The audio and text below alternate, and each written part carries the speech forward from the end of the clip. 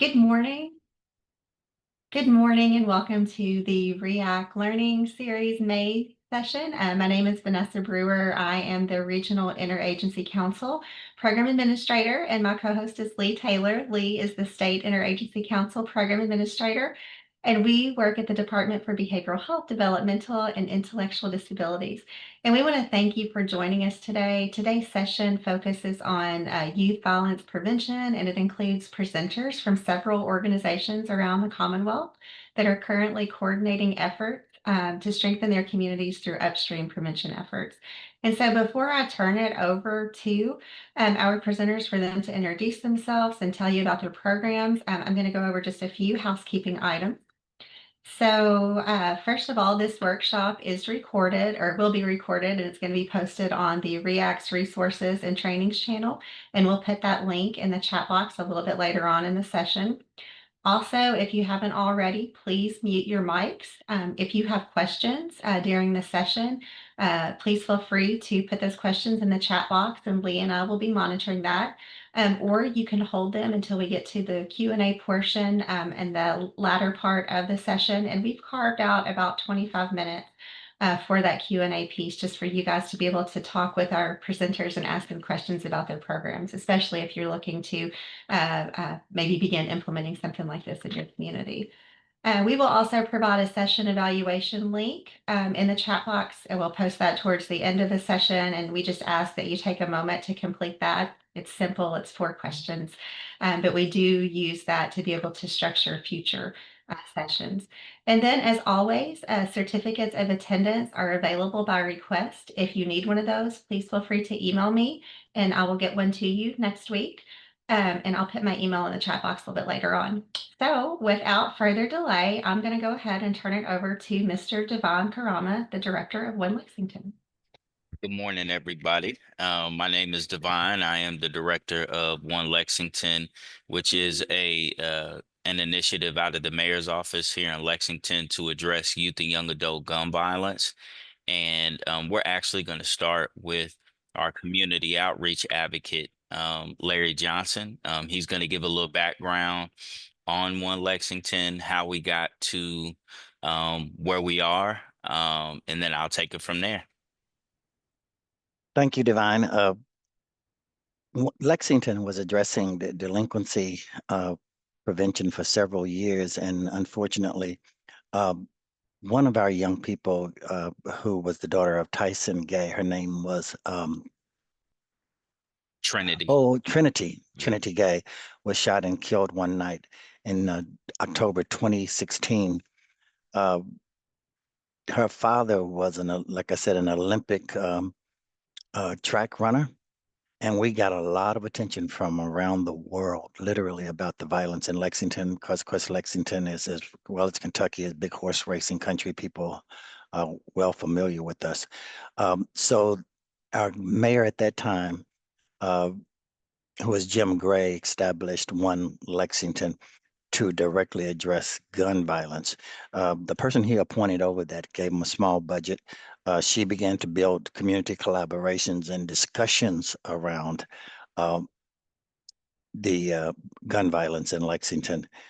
But with just a very small budget, it didn't go too far. So when Mayor Linda Gordon came on board, she brought on Divine Karama, who was a community organizer, had his own nonprofit, well respected in the community, could reach young people, and he boosted the program. Budget went up tremendously, considering, even though it was only $40-some thousand. That was a big hike from the $1,500 that was previously allocated. Divine, was it 2020? Wow. Summer of 2021. Wow, summer of 2021. He established a mentoring program, a summer program with about 35, 40 young people. They wanted to continue after the summer, so he started an in-school mentoring program that has grown from 2 or 3 schools to now over 14 schools. We're in all the elementary, all the middle and high schools. It went from there to providing victim services, to directly doing crisis response, going on the sites after shootings, addressing the neighborhoods and community concerns. We worked with Cities United about 3 or 4 years ago to establish a strategic plan for 5 years. And though it was a 5-year plan, we ended up accomplishing all those things in the strategic plan within 2 years. So our budget has increased from about 30-something, 40-something thousand to about 300,000. And we've been able to, well, I'll let him take it from there as to help you understand some of the results and some of the additional things that have come on. Yeah, I appreciate that, Larry. And so just kind of backing up a little bit, obviously, we saw a huge spike in gun violence post-pandemic. So the kind of renewed focus on One Lexington came because of that spike. And so we were kind of tasked with two things, trying to address the violence that was happening in real time, but then also building an ecosystem that could address it long term. Because it wasn't just the pandemic. We were starting to see a spike prior to that, just because our city was growing. When you kind of look at where we're located, right on 65 and or 75 and 64, we're having a lot of people coming in and out of our city. And so it was time for us to have something that we really never had before because we didn't have the need. And it was a comprehensive violence prevention strategy. And so, like Larry said, we started with some low-hanging fruit, summer programs, in-school mentoring programs, just to start engaging those young people who were either in that cycle of violence or being affected. But eventually we had to get more comprehensive and beginning to look forward. And so I started in the summer of 2021, and we were just an organization of one. And then Larry joined us in October. And then in 2023, our crisis response coordinator, Kenneth Payne, joined the team in 2023. And with this new upcoming fiscal budget, we're about to add another position. And so we'll be a 4-person team. But which I'll talk a little bit about here in a minute, we rely heavily on partnerships. And so in early 2022, we set out to devise a citywide strategy to address youth and young adult gun violence. There were a lot of evidence-based models out there that I'm sure you all heard of. There was GVI, which was floated around a lot in Lexington. You had the Cure Violence model. You had CVI, which is Community Violence Intervention. And all of these different models were showing progress in different places. But our concern was the uniqueness of Lexington, not just nationally, but even within Kentucky. And so we felt we couldn't just grab one of these strategies that might be working in San Francisco or Cincinnati or another place and just plug it in. But we use those strategies as a base model, but we felt doing a strategic planning session and really tailoring our strategy around the needs of Lexington was the best way to go. And so we spent about maybe 3 to 4 months doing strategic planning sessions where we pulled in over 50 community partners, everybody from courts to the nonprofit sector, the school system, judges, former gang members and drivers of violence, survivors. We had youth focus groups. We coupled those with a ton of open community forums, and we kind of got the input from the entire community, and we used that input to inform what our strategy would be moving forward. And so we kind of loosely call our strategy All Hearts on Deck, because we believe if it takes a village to raise a child, it takes a village to lose one. And so it puts the onus on everybody to be a part of addressing this. We do believe that gun violence is a public health crisis. And so we kind of treat it as such, as a disease, not just focusing on the signs or the symptoms, but it really focusing on the sickness itself. And so those root causes. Obviously, we in Kentucky, so when it comes to the access of firearms, there's not much that will probably be done from the top down. Even though we support those advocacy efforts, And so we're kind of forced, being in a place like Kentucky, to truly focus on some of those root causes, and conditions and systems that lead to, these underserved communities being involved in that cycle. And so, with that said, I want to talk just a little bit about some of the programs and services that have kind of come out of that strategy that we devised back in 2022. And so a lot of our work is spent on two things, and we operate through a model called PEER, which is prevention, intervention, enforcement, and reentry. And that gives us a good base for our community partners to identify themselves through. And we feel like if we can focus on those four things, then we can address this issue holistically. And so a lot of our work is spent in the prevention and intervention spaces.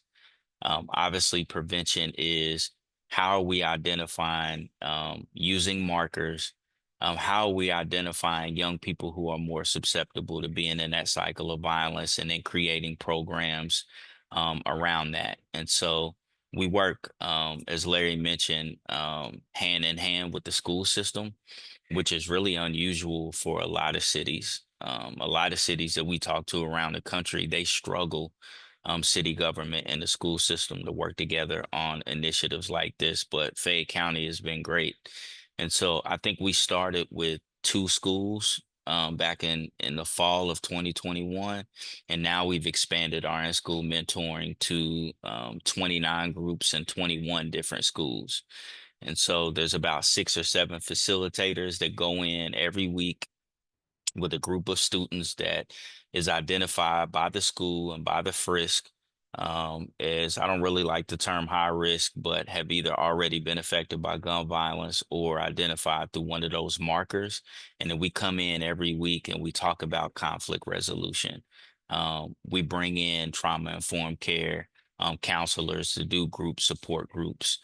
We talk about dating violence and bystander awareness. We talk about a lot of the issues that maybe they don't have time to talk about in the classroom, but they need for their social development so that they can succeed in the classroom.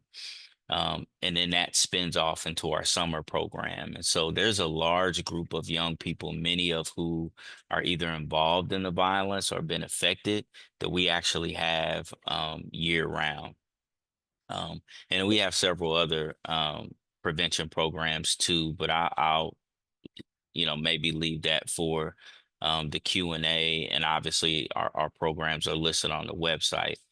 But the other portion of the PEER model that we spend a lot of our time on is intervention. Once violence already happens, how do we respond? And so we facilitate quite a few mediations, either between individuals or even families. A lot of the violence in Lexington is interpersonal. It involves families who have had conflicts and been beefing for years. And so conflict mediation is a big part of the work we do.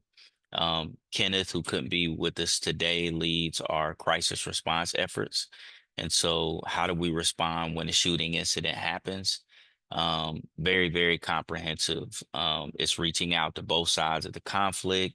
It is figuring out a long-term plan for the survivors and those who've been affected. It is connecting people to mental health resources. It is going into the neighborhood and also engaging the entire neighborhood when an incident happens. There's a lot of moving parts to that, and Kenneth does a great job with that as well. Divine, trying to Yeah. prevent retaliatory. Yeah. And that is a byproduct of not just the community engagement, but working with both sides to kind of mitigate the retaliatory violence. But when it comes to programs, we have tried to scale back the amount of programs that we do. And we've really been big in trying to amplify the grassroots organizations who are already on the ground doing the work. And so we also have a grant program where we give away $150,000 worth of grants to nonprofits in the city who are addressing this issue. We have another pot of money where we provide grants and donations to the family resource centers and schools that are in high crime areas or areas that experience a lot of gun violence. And as you know, our Frisk are, the heartbeat of our school system. They are the ones that are serving our young people in regards to needs outside of the classroom. And so we work hand in hand with them to create campaigns, programs, and services for students as well. We also do bi-monthly training sessions where we do professional development opportunities for our ecosystem. And so I know cost is a barrier for a lot of these professional development opportunities, and Larry runs that. And so every month or two, we're doing a conflict resolution training or a violence disruption training, compassion fatigue training, bystander awareness training, how to grow your nonprofit. And we pull all of our community partners into these trainings. And we also do an annual symposium that brings all of these community partners together as well. And so it is trying to create something that Lexington has never had, which is this comprehensive model, but being careful in not adopting all of the solutions in government, but really kind of challenging or creating this model and then handing it off to the community just because of the nature of government. Because we live, in a democracy, an election could come and priorities could shift, things could change, and we don't want all of the solutions wrapped up in an administration or in government. And so we're always looking for ways to amplify, fund, and build the capacity of those nonprofits who are already on the ground and utilizing a lot of the partners that already exist. Whether it is the specialty courts with the judges, whether it is the social services department or Parks and Rec, whether it is the school system. And so we call it All Hearts on Deck because it really is a community and collective effort. And I think One Lexington is just kind of what's steering the ship and coordinating all of those moving parts so that we're all moving in solidarity. And so in closing, we got some programs that we do. We got several partnerships, some unconventional partnerships, which hopefully I get a chance to kind of expound when we get to the Q&A. But all in all, over the last 3 years, we've seen about a 60% decrease in gun violence in Lexington. And I think that is because of the connectivity of our community partners all working together. Nobody gets all the blame. Nobody gets all the credit. It's just all of us working together to address this issue. And so want to be respectful of time. Hopefully we'll get into some more details during the Q&A. Thank you all.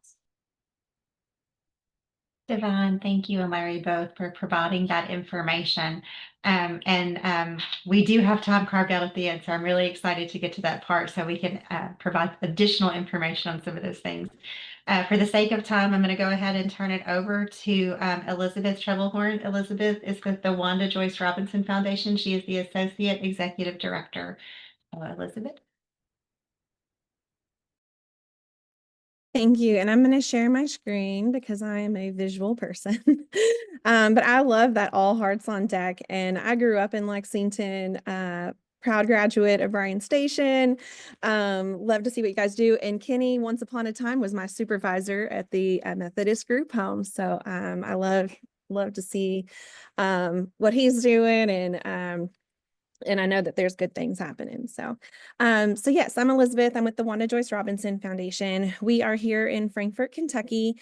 And as Devon alluded to, we love our Friskies here. And our organization actually started by our co-founder, Amy Snow, who was a Frisky for 9 years and then a dropout prevention specialist for 7 years. So she would see kids in elementary school going up, not being ready to graduate, and then seeing them go into the system. And she's from here. She saw the generational effects, and she co-founded this organization with Dale Robinson, who was incarcerated for 10 years. And he attributed his children's success, which is Dale Robinson Jr. and Wandale Robinson, most people know from UK football, who's gone on to the Giants. And he attributes their success to the community supports that were there for his kids. And so he wanted a way to give back. So that's how our organization started. in 2018, kind of right before COVID, which is a great time to start a nonprofit. Lots of virtual meetings. But our vision is to disrupt recidivism and basically end that cycle of incarceration. The biggest things I'll talk about are relationships and being intentional. And so that's what we give to our families, and the programs and services that I'll kind of go over are to strengthen those. So in Kentucky, most of all of you all are not going to be surprised that we know that Kentucky's incarceration rate is 40% higher than the national average. And if every country was a state around the world, Kentucky would be the 7th highest in incarceration rate. We know that 1 in 10 children in Kentucky have an experienced and a parent incarcerated. So we know that there's an issue here in Frankfort. And again, Amy was visually seeing these children go through the school system and being incarcerated, knowing and having been in school with their parents, but we didn't know the number, the big, what we were really dealing with here in Frankfort. And so because Amy had worked in the school system, we had it added into the back to school, the new, trying to think of the word there, Vanessa, you can throw in the enrollment forms of the question of, have you had a parent incarcerated, or has this child had a parent incarcerated? So once we did that, we knew we had over 800 kids in Franklin County that we were dealing with. And obviously in Lexington and Jefferson County, these numbers would be astronomical. We know that. And across the state, wherever you are, having those raw numbers of how many kids we're talking about helps us match the scope of the problem with the scope of the solution with the scope of the problem. And so that's something that we are continuously striving to do. As we all know, parent incarceration is an adverse childhood experience.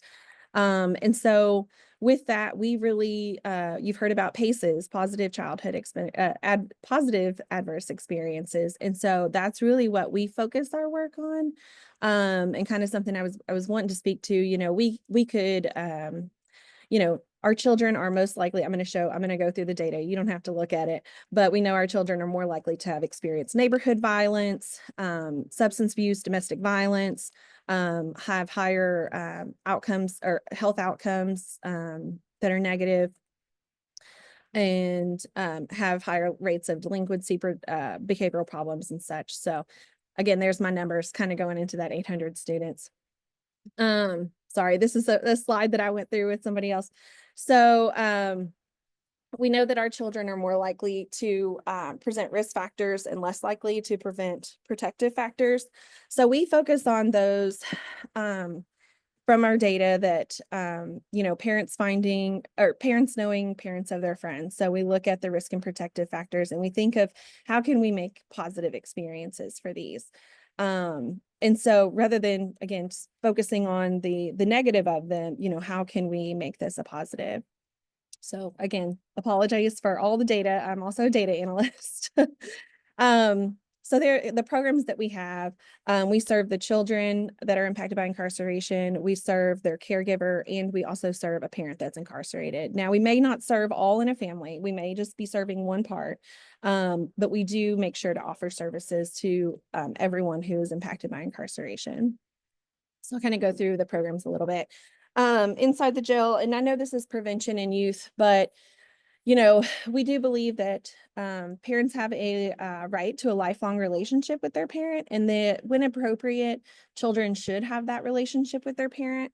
So if we can help that parent be the healthiest person that they can be, the best person that they can be, then, when that time comes that child wants to have that relationship with that parent, that it is the best, and that parent is supportive of the child in any way that they are able to be.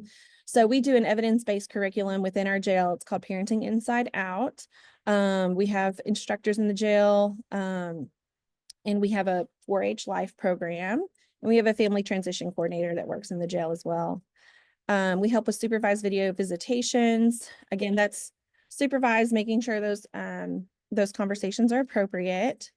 I'm going to kind of quickly go through these. Sorry. Look at my time.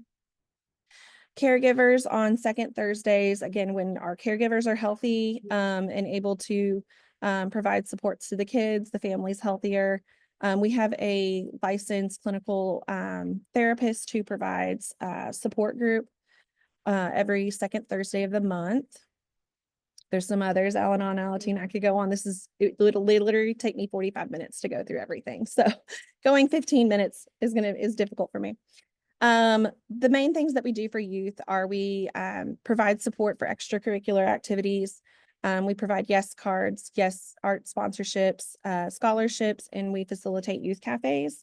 And the youth cafes stem from Be Strong Families and strengthening families. And that's something that any county in the state of Kentucky can have access to, because it is provided. That training of trainers to do that program is provided by the state free of cost. So that's something that we actually started a year or two before the state had taken that on and paid thousands of dollars to have someone come here and train us. And then it was like, hey, it's free. And we're like, that's fantastic. So we'll train where everybody was ready. We were able to expand. And then they started youth cafes. And then our Yes cards are something that is a digital gift card, a digital credit card. And it's loaded with $400, and that's through our health department. And kids are connected to activities, whether it's karate or dance, gymnastics, any after school extracurricular activity that they want to do, they can use their Yes card for that. We also hold a Yes Day, where we organize all of our community youth providers. Again, those, if it's gymnastics, it's yoga, it's anything that a youth could participate in the community.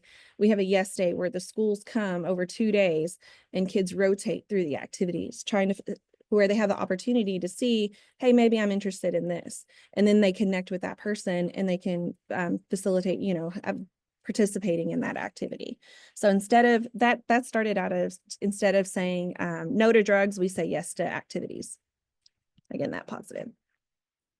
Vanessa, what's my time here? You have about 8 more minutes. Okay.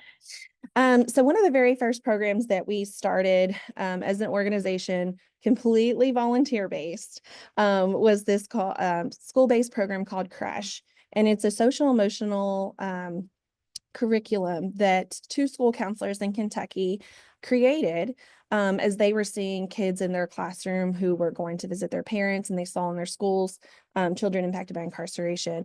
And so what they did, and what we do with this program, is there's 30 minutes designated each week with that social emotional time that the Kentucky State standards allow.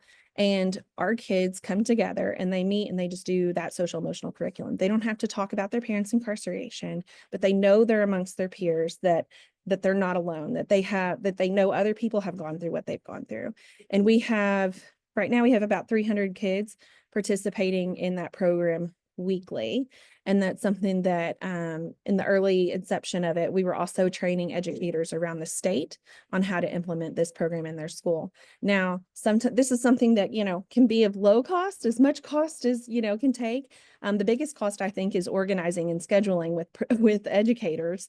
But sometimes, paper, supplies, things like that. Our Friskies do have some money that they put into that program, about $200 to $400 yearly, that go into supplying those for each of the schools.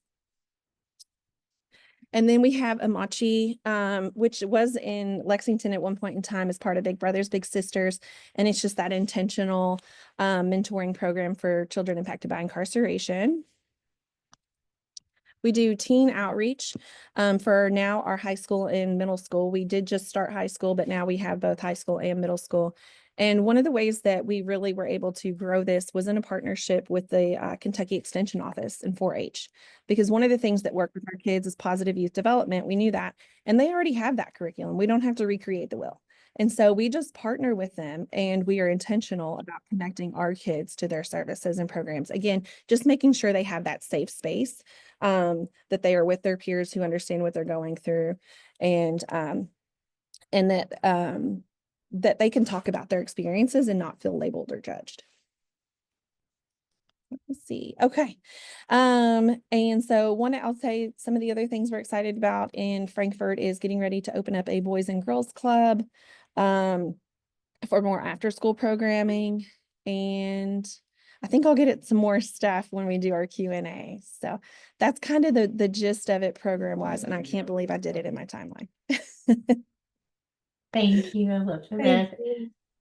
All right, we are going to go ahead and pass the mic to Nanette Dix. She is the TRC Program Manager for the Office of Violence Prevention, formerly known as the Office of Safe and Healthy Neighborhood. So let me go ahead and pass it to Nanette. Oh, thank you, guys. Yes, we just recently had a name change to align with Mayor Greenberg's Safe Louisville initiative.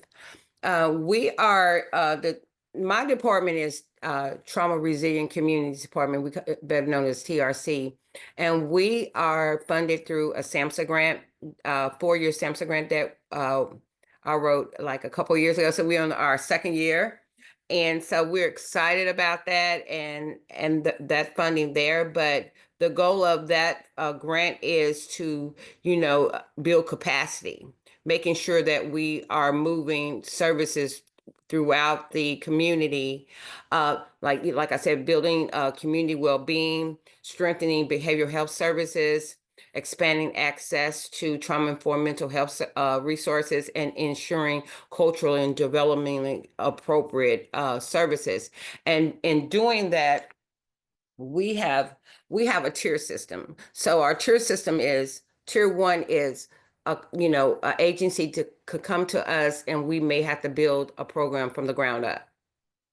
They're having issues and stuff. They'll present their problems, and we'll develop a program from the ground up.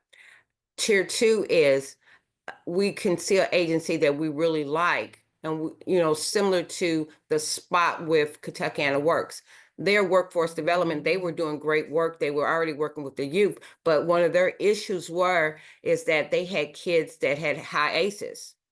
And so they go to 0 to 1,000 and they'll lose their jobs. So they're like, how can we keep these kids and these youth employed? So what I did was I always do, go back and see, okay, what evidence-based practices will combine with what they're doing will be a win-win situation. So we said, what we're going to do is get all the youth to take an ACEs assessment. And if they score 4 or more, we're going to introduce them to individual therapy. If not, then everybody will get some kind of psychosocial education and group. So what happened was we can start seeing, trying to help the kids regulate the youth regulate their emotions and different things like that, so they can be able to keep their jobs, because they was never able to address the underlying trauma. So with that being said, we did that. So the next tier is that we just, we have somebody that has a great idea and we may fund that idea. So that's the tiers. But some of the programs that we are developing, and if you give me just 1 second.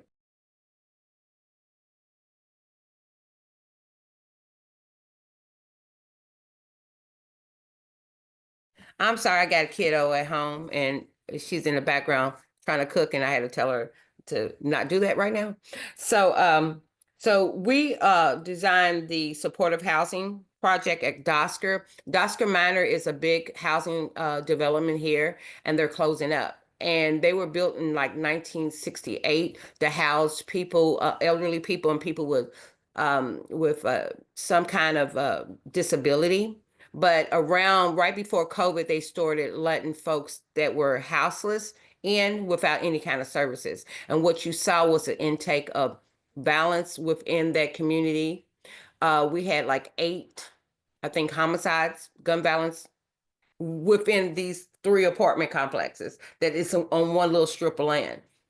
So we developed that program. That initiative is with Louisville Metro Housing, and this is it's for supporting residents that's transitioning because the buildings are closing down, and we're giving them some support around strength-based case management, clinical case management, just so they can, move to another location in a well-informed way. Because what we saw with the last mass exodus from people having to move out of Beecher Terrace is a lot of elderly people died because they were disconnected from their lifelines. So we're making sure that they are connected and they're doing well, and then trying to stem some of the violence that comes with a mass exodus of people, because people don't think that I move you over here, that's all good, but you don't think the underlining issue, because a lot of this group violence, if you move people around that's involved in group violence, begets more group violence.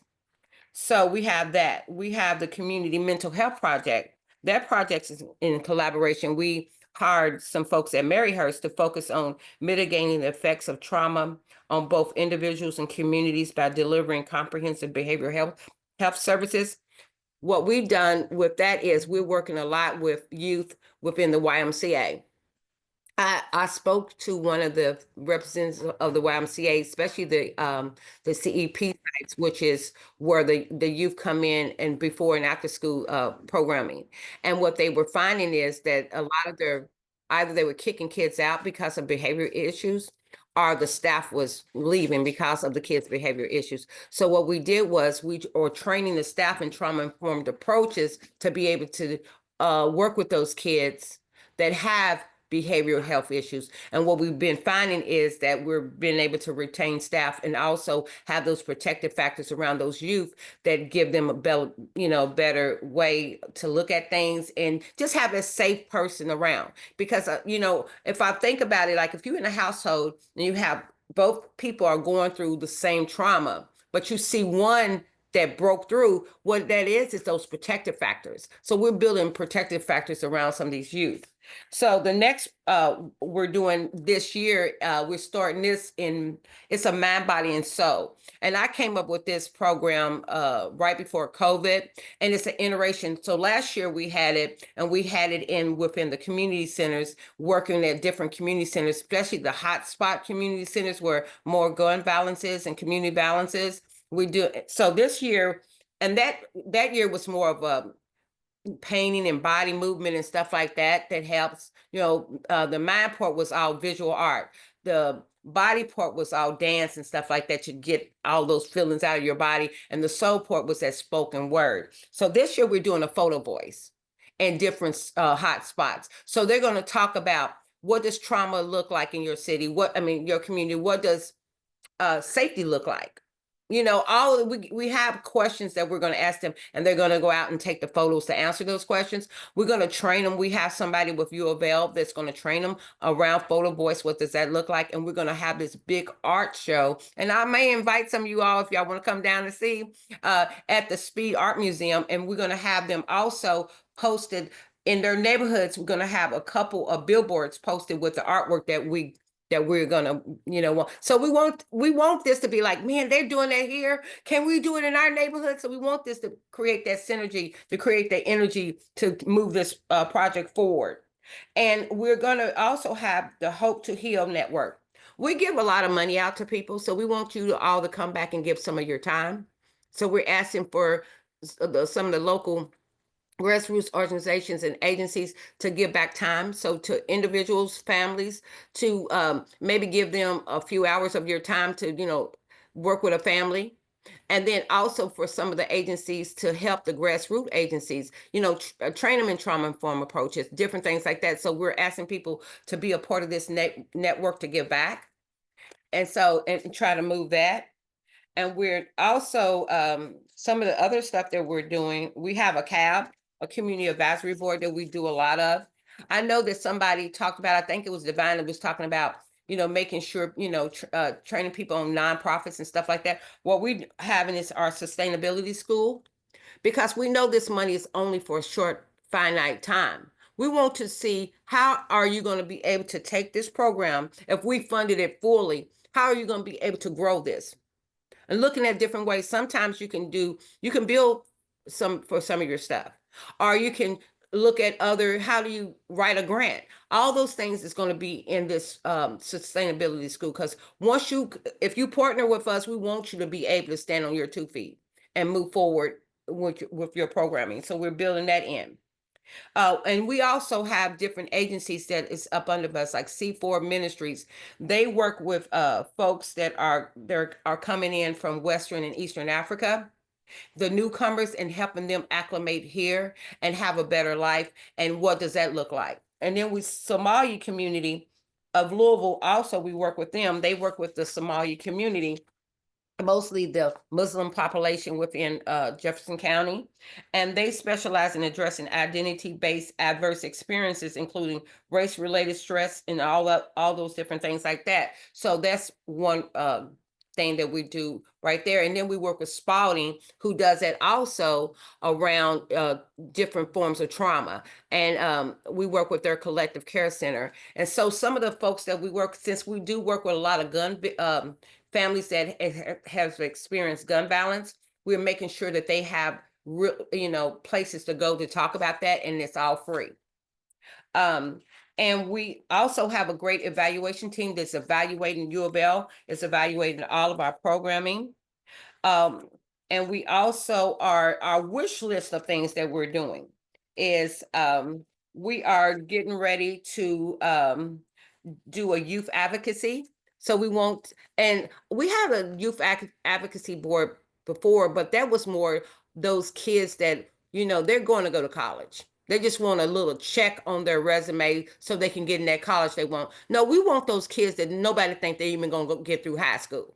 We want those kids, those most at-risk kids. It's easy to get the low-level fruit kids, the ones that are already doing stuff, just want to pad their resume. No, we want the kids that really, are into drivers of the balance and stuff like that, and store to change and talk to them, because that's where you're going to see the change at. You're not going to see the change in the kids. They're not even in the group situations anyway. And then we're doing that, and then we're doing a community, let me see. Sorry, let me move forward because I got a paper that I'm flipping over so I can get everything. Moving through grief, a support group dedicated to siblings of gun violence. What we see is a lot of the youth that are drivers of the gun violence now were victims of gun violence because they lost a brother or sister to gun violence.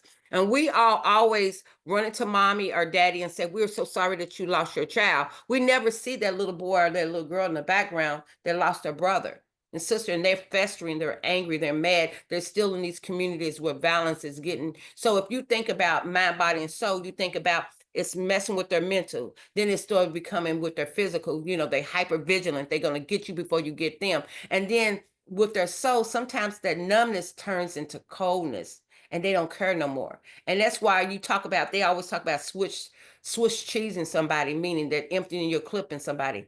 That mentality, where does that come from? So we're talking about, working with those kids and getting them before they want to get their lick back. And that's what they say in the street. We're going to get our lick back. And sometimes they wait for years to get that back. And it may not even be the person who perpetrated the violence on their family. They're just angry now. Hurt people. So we're also going to have grief, an intro to understanding grief and how to support your clients through grief. So that's a trainer. We're training folks on how to, we have a lot of different organizations around Louisville, churches and different things like that. We're going to go out and train them on how to work with their constituents and their population or their communities around grief, because we do have a lot of gun violence. And then we're going to be training on moving into the light, understanding the dynamics of domestic violence. So we're going to be working with, because, a great percentage of our gun violence were perpetrated by interpersonal relationships. So we're going to go back to the core of, yes, it's gun violence, but what is the underlying thing that happened? Why did you kill this person? Why did you unlife this person? A lot of times we have to go back to the root of the issue. So we know that a lot of that is domestic and relationships and stuff like that. So we're going to start training folks on how to identify. And then, let me see. And I think that's it that we're doing right now. So and I heard a lot of great things from a lot of you guys. So I would love to email you guys and maybe possibly come and sit and talk with you guys and stuff like that. And we can, pop ideas off of each other, or maybe some of the programs that we're doing is something that you can adopt within your, the programs that you all have. Because I believe in planting seeds. And planting seeds, because we're going to grow these trees.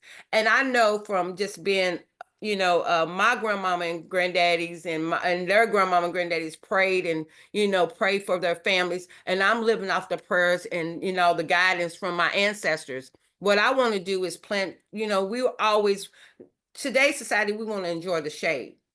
But I'm planting trees that I'm not going to enjoy the shade of. My grandkids will enjoy that shade and their kids. That's how you see things. If you want to break down generational, trauma, is that it doesn't have to be a quick fix. It's going to take time because it took time to get here.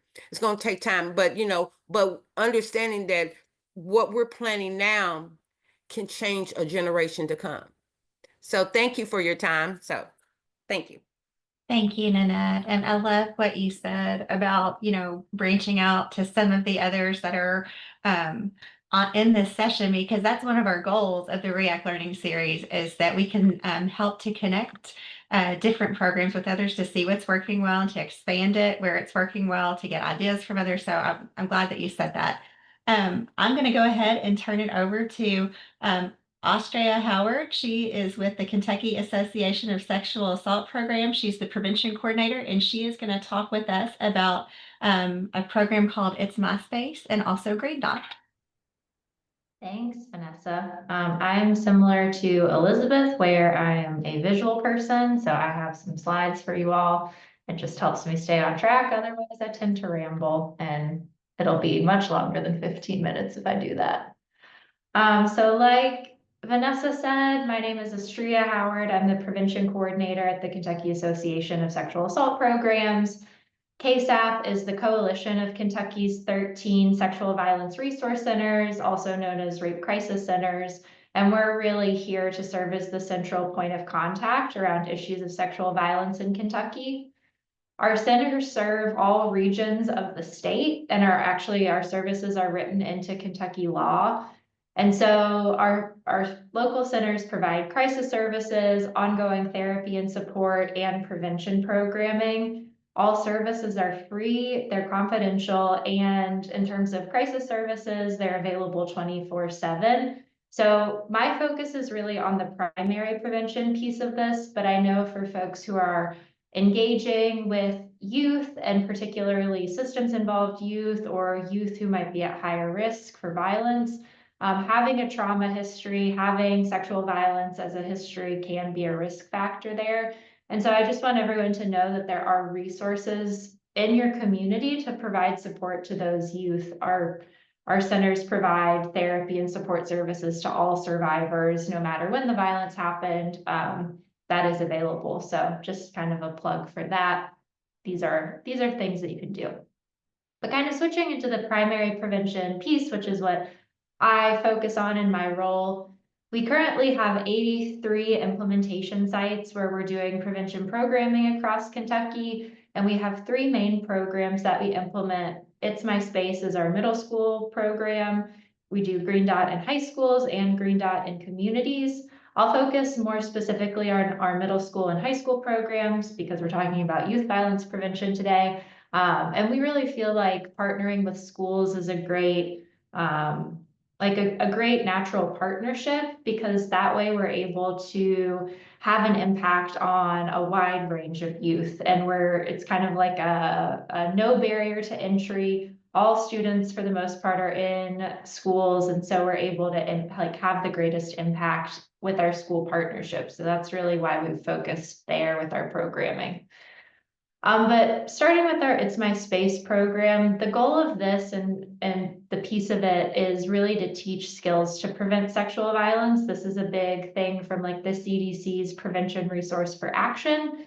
So for the It's My Space program specifically, students learn how to define their own personal boundaries, communicating personal boundaries, recognizing signs of a boundary being crossed. So like, what are those facial expressions, verbal cues, kind of tone of voice? What are the things that you can see and hear that let you know a boundary violation is happening? And then just really sort of internalizing that understanding that it's important to respect other people's boundaries. Like, you should expect your boundaries to be respected, and you should respect other people's. And we reinforce all of these skills through a lot of activities and discussion. All of our programming is very engaging, and like, we don't just kind of sit there and lecture, but we bring students into it. This program we do with all 6th, 7th, and 8th graders in a middle school. And so every single student has the opportunity to participate, which is really cool. And the goal is really to improve boundary skills, which then leads to healthier relationships, and students being more likely to respect other people's boundaries. So like that's our big focus here. And we think that this is a good starting place for middle schoolers specifically, because this is kind of like an age appropriate way to start having those conversations about healthy relationships, about boundaries in friendships, about boundaries in sexual relationships, those sorts of things. And we also kind of do our programming because it's evidence-based. So It's My Space is a Kentucky-specific adaptation of a violence prevention program. And that original program showed reductions of 26% for sexual harassment, 32% for peer sexual violence, and 50% for physical and sexual dating violence. So these are pretty huge numbers, and we feel confident that our programming has a similar impact in the schools where we're implementing it, because the core content is really quite the same. But we're doing these things because we know that they're effective in reducing violence in our schools. The next program that's kind of in this Teach Skills piece of the violence prevention pie is Green Dot in high schools. So we've been doing Green Dot for like over 15 years now. It was developed at the University of Kentucky, and KSAP partnered with researchers at UK to test its effectiveness through a big statewide randomized control trial. And Green Dot is really cool because it kind of brings everyone in as a partner in preventing violence in their schools and in their communities. So the main thing that we teach in Green Dot is how to intervene in potentially harmful situations, how to be that active bystander that we want people to be. So it's teaching skills of like recognizing harmful situations, understanding the importance of intervening, knowing barriers to intervention, because it's nice to say like you should go do the thing, but it's really hard to intervene. And if we don't acknowledge that, people aren't going to do it. So we kind of address barriers, but then think of creative ways to intervene even with barriers. And the kind of second piece of Green Dot is really setting new norms within a school so that everyone there knows that violence isn't okay, and people in the school are going to do their part to keep each other safe. So again, this program, very interactive, lots of activities and discussion, and it's really predicated on like peer behavior modeling. So a piece of Green Dot is doing really intensive, like a 5-hour training with students who are identified as leaders within their school. And we're very intentional not to just select traditional leaders, like the kids who are in honor society or in sports teams, but also who are leaders in the band, who are leaders in the drama club, who are leaders in the academic competition teams, because all of those people have influence in their social spheres, and we want to be disseminating this message and have the behavior being modeled across school and across social groups. And the idea of Green Dot is really simple. It's increasing the number of students who intervene in possibly harmful situations so that they don't escalate and create violent situations, and then we have fewer instances of violence. So similar to It's My Space, there is research showing effectiveness for Green Dot. So this is the research that we participated in with UK. But this research in Kentucky high school showed a 21% reduction in the perpetration of sexual violence and a 30% reduction in perpetration of dating violence in schools where Green Dot was implemented, which is pretty cool because it's very specific to Kentucky. We know that it works here. Two other pieces that I wanted to talk about are kind of new things, well, relatively new. We've started implementing in the past couple of years in conjunction with our middle school and high school programming. So one of the things that we've started doing is in this kind of bucket of creating protective environments in all of our middle schools and some of our high schools is doing an environmental change type approach. So this is really focused on increasing safety in schools by making changes to the physical environment. So it's kind of similar to what Nanette was talking about with photo voice. That's one of our strategies we use. We also use hotspot mapping with like school maps, and students color in the maps to identify hotspots. But the way that we do this is we collect data, have students identify safe and unsafe spaces in their schools. We then analyze that data to identify the unsafe areas and kind of figure out what are changes that we could make to the actual physical environment to make those spaces safer.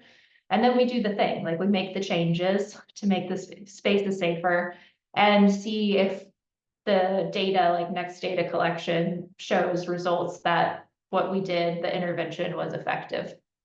And the goal here is to increase feelings of safety at school, so that students feel that school is a protective environment, because connection to school is one of those protective factors for students, where even if they're experiencing violence, having those kind of offsetting protective factors can be really important. And so we want to make school a safe space for students where they feel welcome and accepted, and not a space where they're experiencing violence.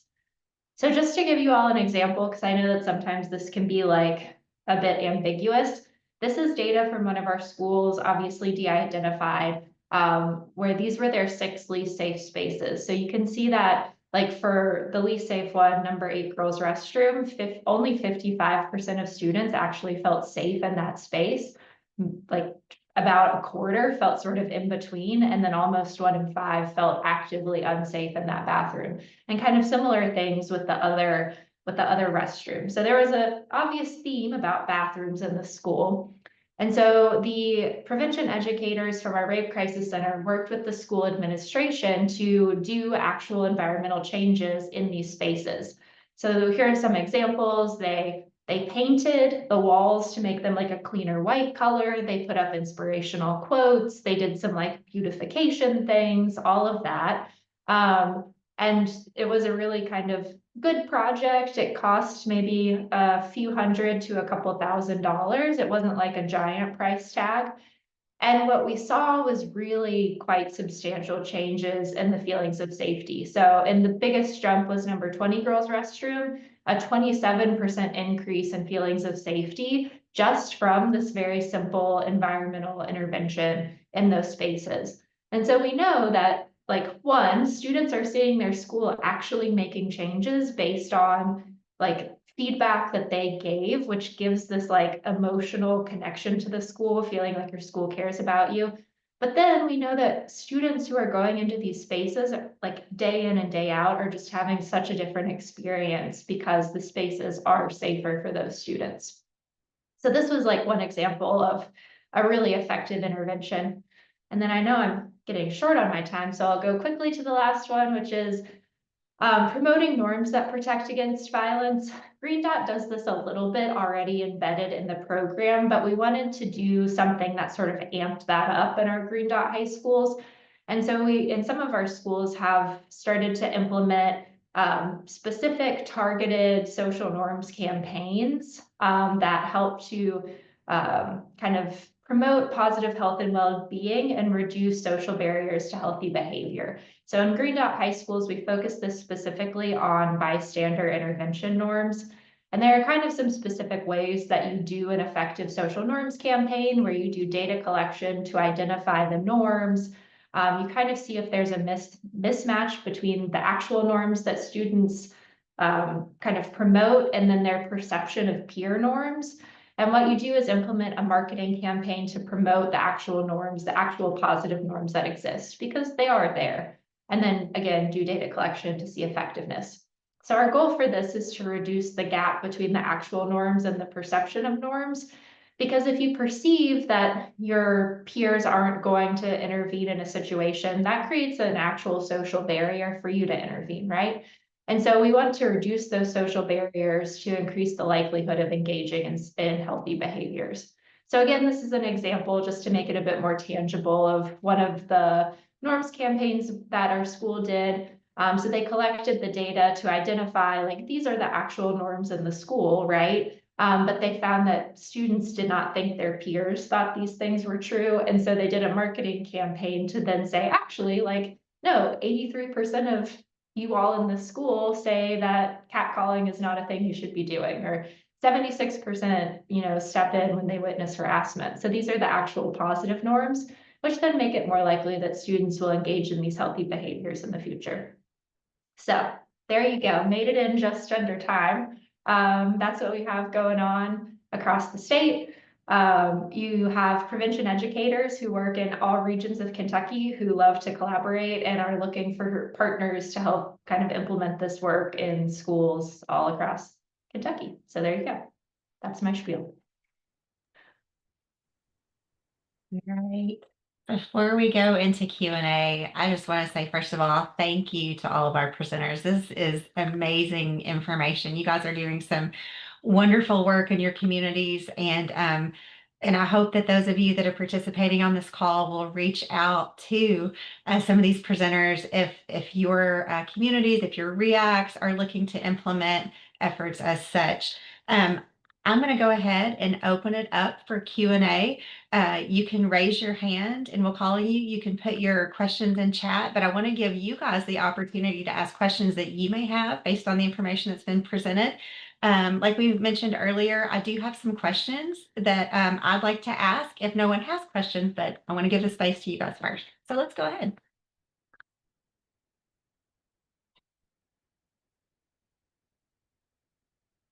All right.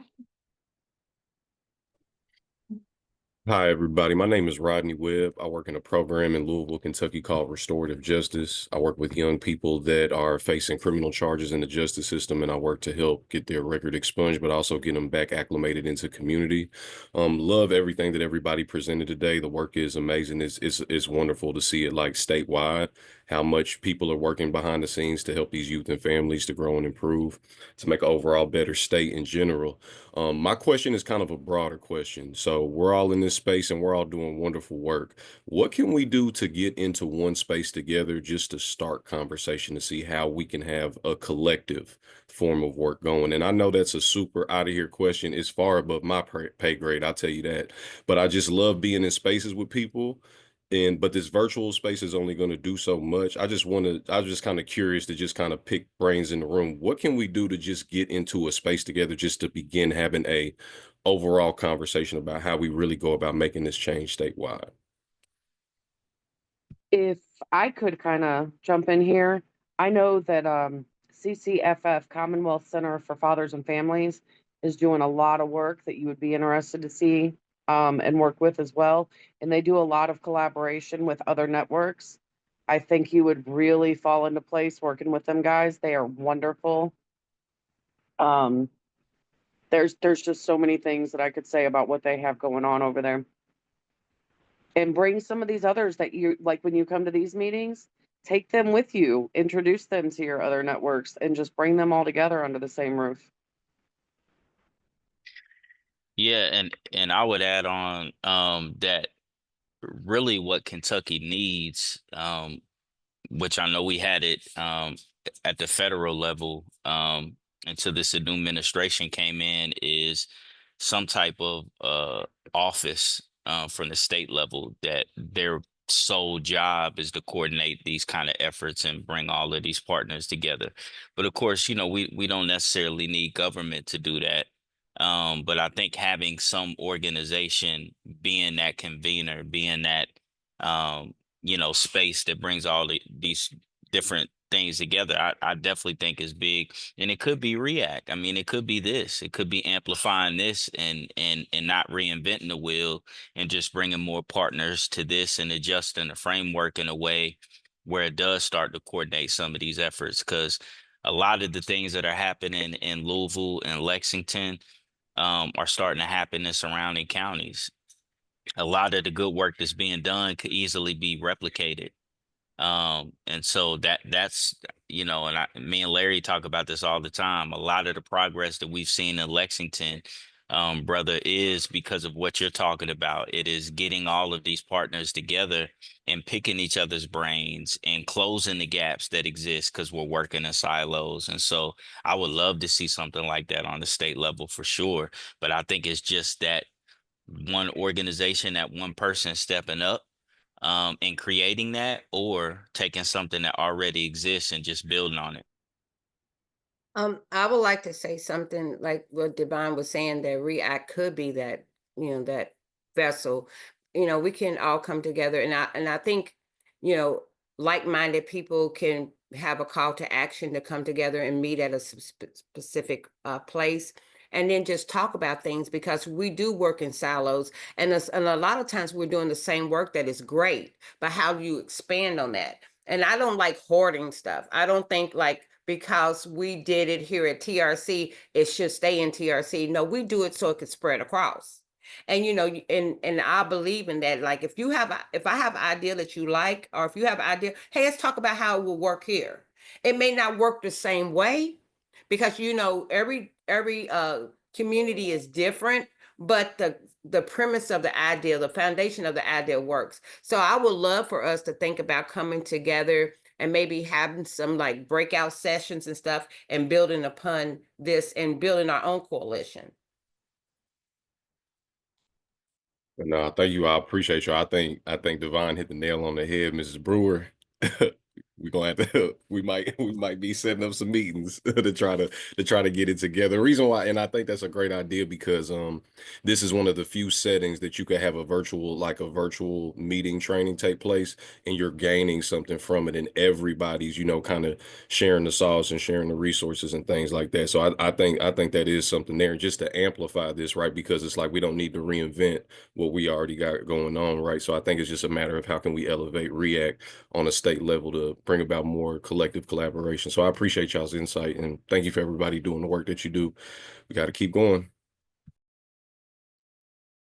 I'll also add, I think, to this conversation, I think you're so right, Rodney, of like, all of us are kind of in our specific niches, but there's so much overlap in terms of like shared risk and protective factors. I know our programming is like not just effective for sexual violence, but also bullying and dating violence, which then has a downstream impact on gun violence and substance use disorder and suicide prevention and all of these things, right? And so if we can have kind of that shared vision of like across these different fields of public health or fields of engaging with youth, we could really maybe have a more comprehensive approach. And we're doing our kind of niche of programming in schools that can help support a niche of the mentorship programs or of these like supplemental after school programs or other things, like kind of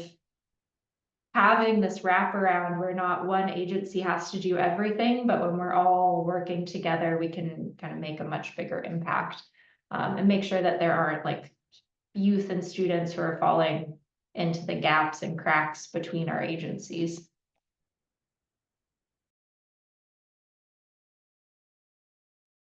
As our presenters were talking earlier in the session, some of the themes that surfaced were partnerships, building on community resources that already exist instead of reinventing the wheel, amplifying grassroots organizations that are already doing the work and supporting them along the way.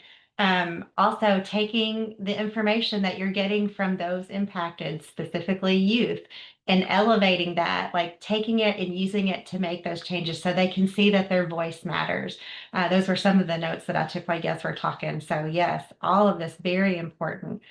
Do we have any other questions for our presenters?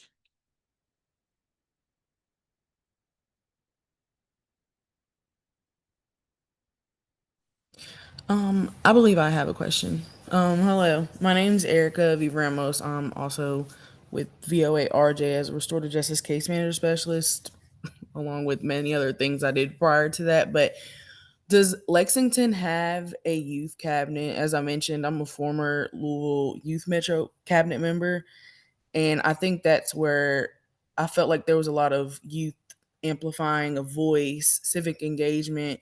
It was a space for youth to actually have a seat at the table to create things within the city while also working along with metro government or other organizations. I think I was on a meeting, wasn't associated with this REACT.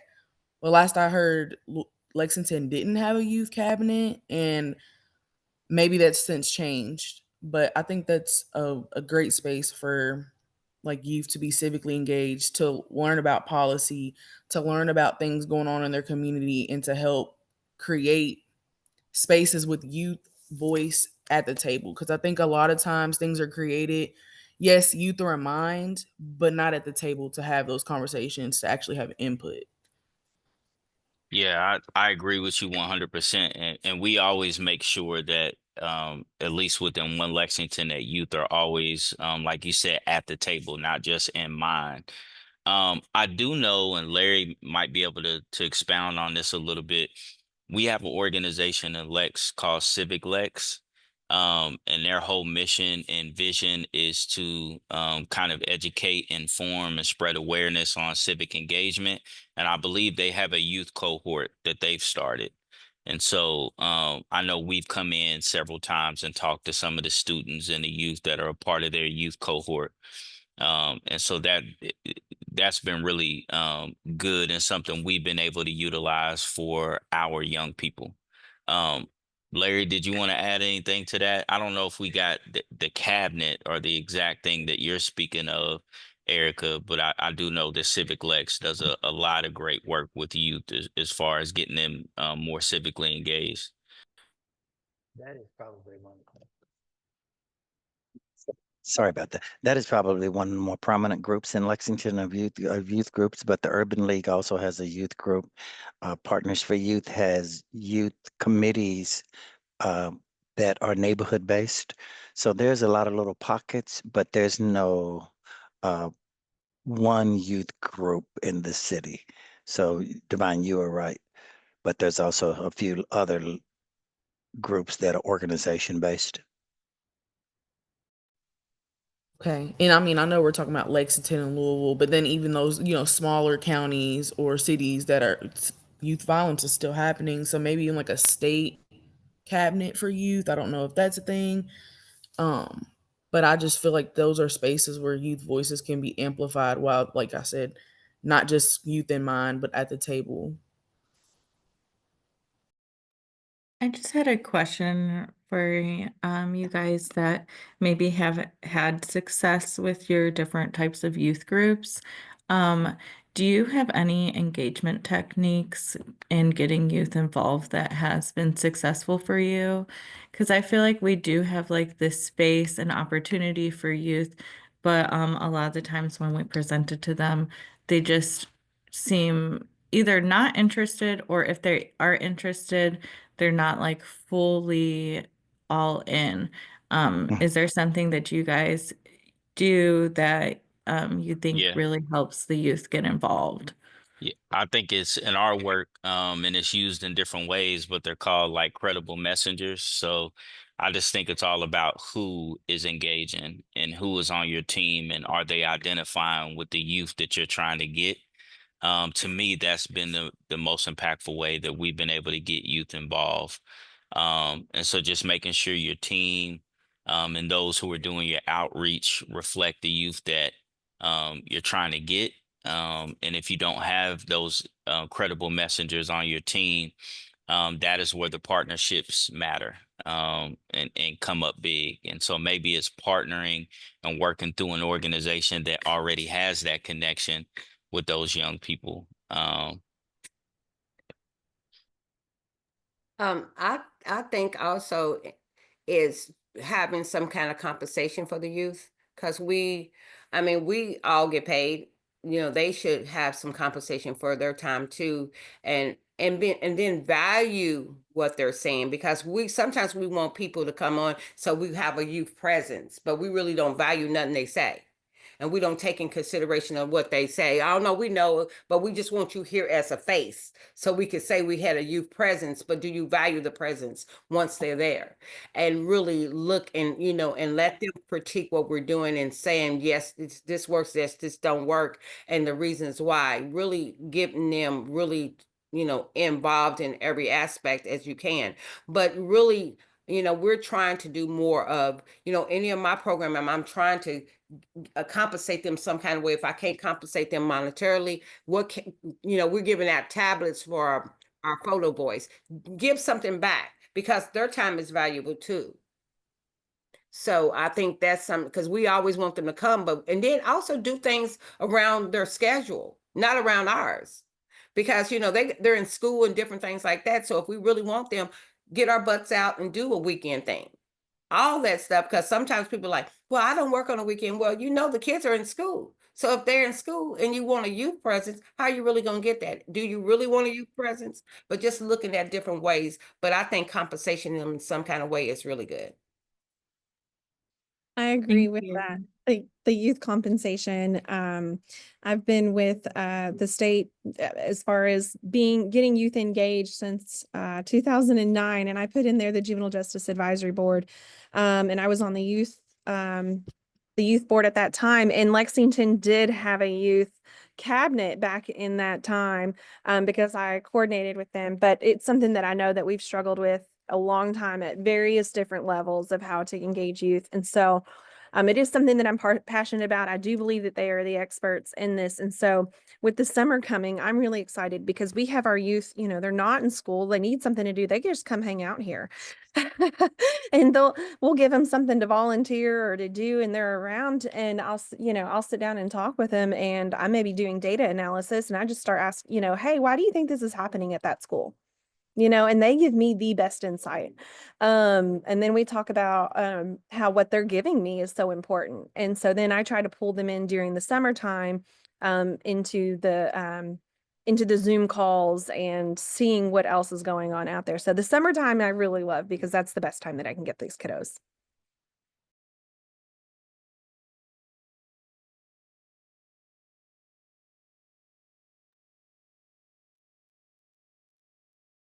All right. Are there any more questions for our speakers today?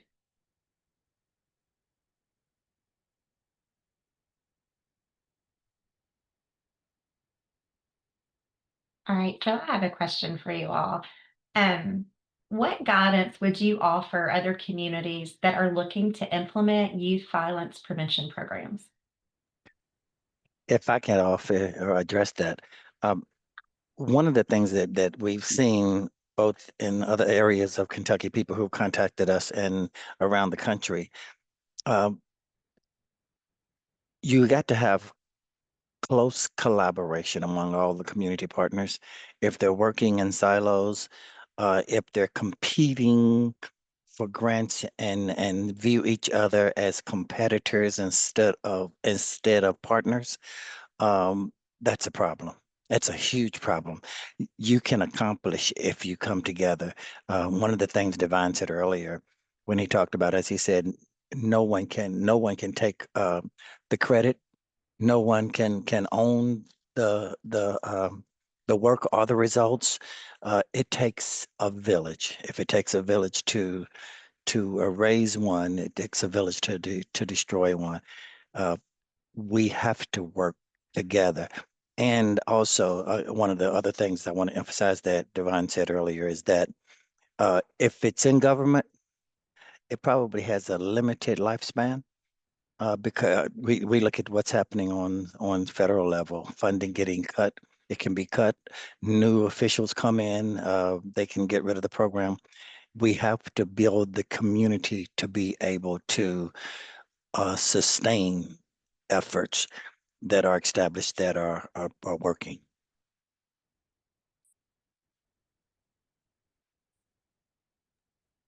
Larry, I'll just second what you said.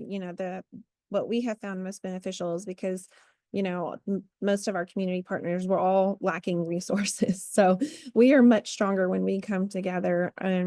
The grants that we're able to collaborate on is the ones that we usually get funded on. It's the grants that sometimes we do by ourselves and take on ourselves that we struggle with. But we're in a group and sharing those resources. We're able to strategize who's the best fiscal agent, who has the skills to report. Can we share? We even have a media person, our that does our marketing and social media. We even share that between 3 agencies. And so that, and then, and I agree, the federal funding is definitely an issue. I was saying earlier, most all of our staff are federally funded. I love that the city is helpful. We definitely lean into our city. It's like we have to kind of go to our city versus the city coming to us. But they have, if they can provide us a building to do programming, that's a resource. If we have something vacant and they can, give it to us, helping us with our grant writer, maybe they can review our grant. Those are ways that, we've been able to go to them. But I kind of, as I said earlier, looking at what's free and already there that you don't have to invent the wheel, like the 4-H extension office, that was huge for us, that we just needed to key in and partner with them. And so with them, I didn't go into it much, but not only do they help us with our youth program, and they can do in school and after school programming, but they also have 4-H Life that goes into the jails. And so that's another key partner for us. And I just think, think of who's at the table. I mean, you have who's at the table, but there's likely somebody who's not at the table who can help fill that need that you're looking for. So thinking outside the box. I was gonna input that, just with some of the wonderful people that we have on here, just talking to them, seeing what works for them and what doesn't work, really looking at that. And also as it pertains to funding, thinking outside the box with funding, because we have so many, mom and pop things pop up because they said, okay, there's some federal funding out here, so I want this program here. But we really have to be understanding that what is the reason why we pick some of the people is because of evidence-based. Everything we do has to be evidence-based, that your program has evidence-based that it's working. Not because you have the desire, but do you know how to run? Because if we're thinking about trauma-informed care, a lot of times we put people traumatize people, pushing them to a place that's not ready for these folks, and we work with high level folks that has been victims of gun violence, are the perpetrators of. And so we need people that know how to work with them. We need people that are not afraid. If somebody's just said their child just took his last breath and they throw a chair, I don't want that therapist or that person there to be like, oh, I felt threatened. Why do you feel threatened? Because this person threw a chair, because their baby just died. Understanding that, really looking at the people that you're working with, and then don't think everything has to be a monetary thing. Like if I'm working with you, if I'm giving you just free training, that's something that uplifts your programming.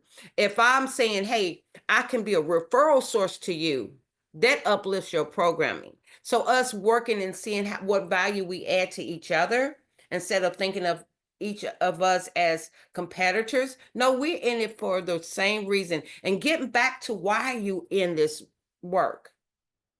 I'm in it because I love helping people.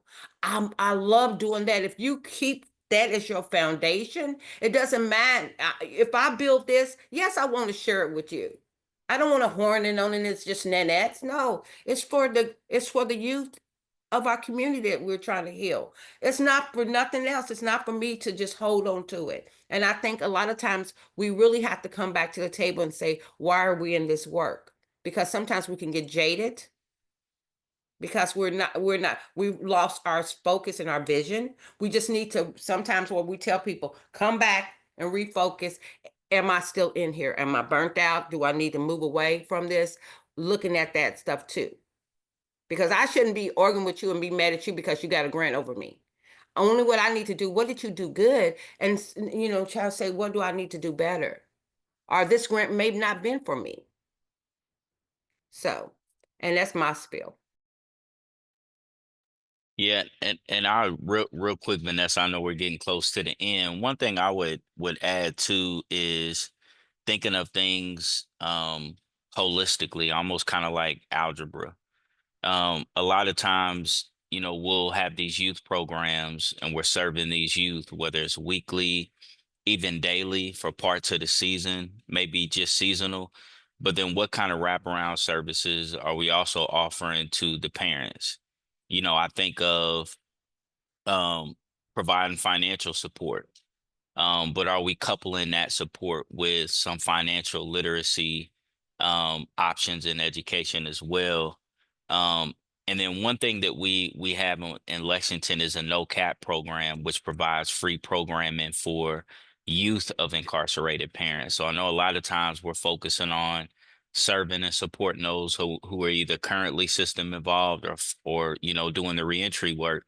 But then also, what kind of services are we providing for those young people so that cycle doesn't continue? And even in conflicts, I know a lot of times in violence prevention, a lot of models focus specifically on the survivors, the victims, but then also what about the suspects or the perpetrators? There's been multiple instances where we've been kind of serving both sides of a conflict, especially when you talk about restorative justice and ultimately maybe even mediating. And even if not that, understanding that people on both sides are being affected, and that could lead to further violence and further issues moving forward. So just kind of that continuum model, just always seeing how you can serve both sides of a situation.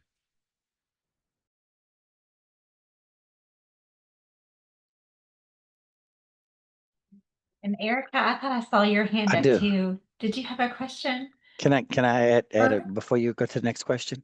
Absolutely. One of the things I think that a lot of people don't think about is that there are leaders in our community who have influence out there, and they are probably the individuals that you least want to be in touch with. But they are people who can make a huge difference. Sometime and I hate to use the term gang, sometime a gang leader, if you can identify who that is and have conversations with that individual, may be able to stop a whole lot of future or harm. So consider who might be able to reach out to those individuals and who might be able to talk to those individuals and de-escalate.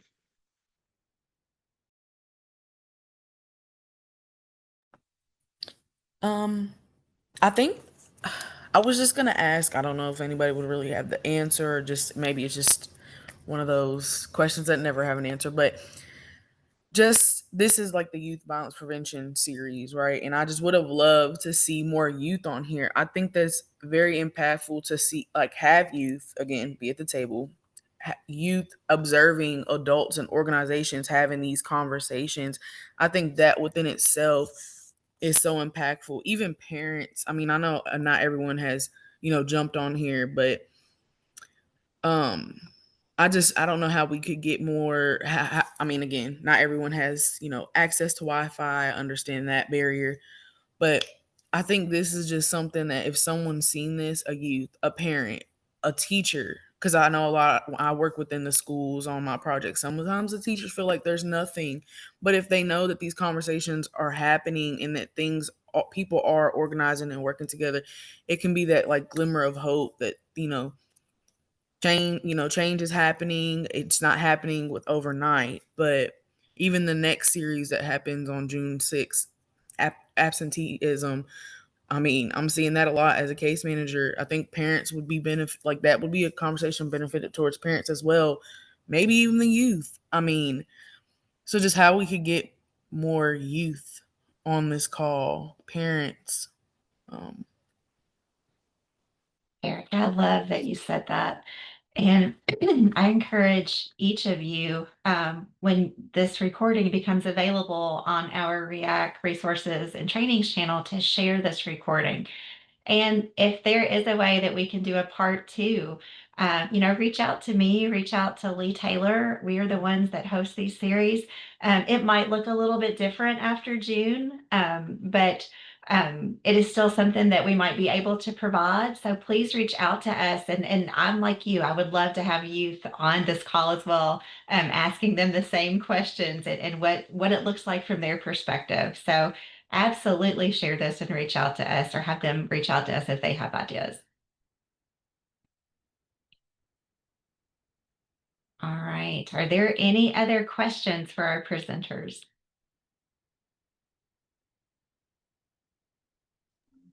Vanessa, it's Kathy Mason with Bluegrass East, and I just wanted to add on to what the last person just said about youth being on here. 120% agree with that. But you do got to remember, like they were talking about, this is a barrier. Sometimes time of day is a barrier. And this is, as a teacher as well, this is our last month of school. So we would love to have them here, but we have to be more willing to move our schedule around.